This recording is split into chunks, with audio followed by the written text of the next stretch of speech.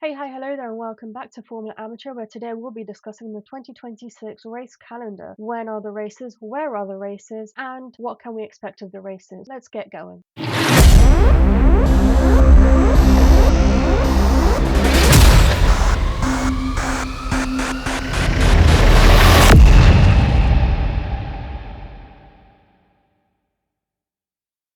Okay, so let's start with the races in March. So we start off with a race in Australia on the 6th to the 8th of March, followed by a race in China in Shanghai on the 13th to the 15th of March, and then Japan in the Suzuka circuit on the 27th to the 29th of March. On to April, where we have two races, one on the 10th to the 12th in Bahrain on the Sakhir circuit, followed by on the 17th to the 19th we're in Saudi Arabia for the Jeddah circuit. Then on to May, where we see something a little bit different to what we usually expect, but something that makes a lot more sense, and that is that we have the Miami Grand Prix on the 1st to the 3rd of May, followed by the Canadian Grand Prix in Montreal on the 22nd to the 24th of May. We then go into June, where it gets a little bit busier again, where we start off with the Monaco Grand Prix on the 5th and 7th of June. Then we have the Barcelona-Catalunya race on the 12th to the 14th, followed by the Austrian Grand Prix in Spielberg on the 26th to the 28th of June. Off to July now, where the first race will be in the UK on the Silverstone track.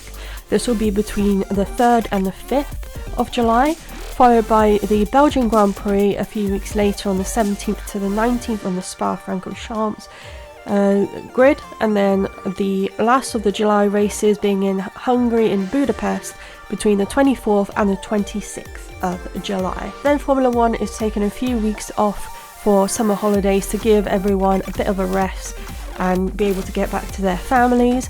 So we only have one race in August, and this one is in the Netherlands on the Zandvoort track, and this will be the final race of the Dutch Grand Prix for now.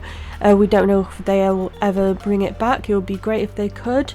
And this one is on the 21st to the 23rd of August. Closing out the European season, we have three races in September. One in Italy, this one is on the classic Monza track. This is on the 4th to the 6th of September, followed by a second Spain race, a second Spanish race. This is on the new Madrid track.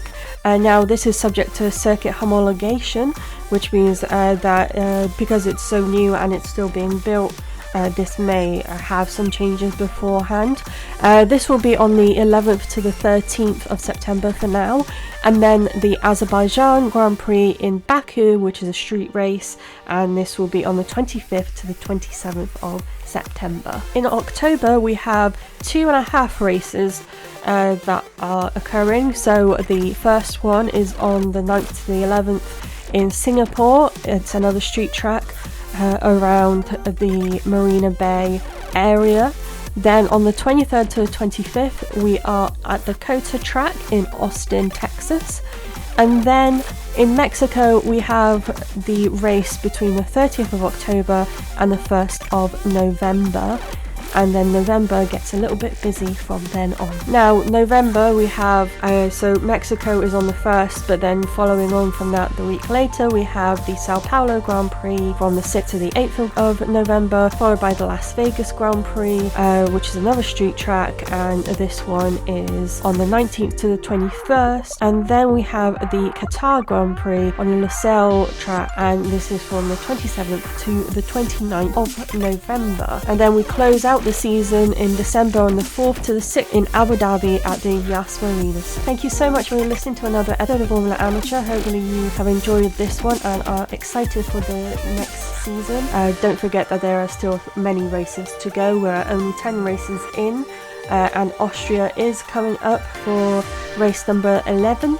And we are back in the European season following the little sidetracking of the Canadian Grand Prix.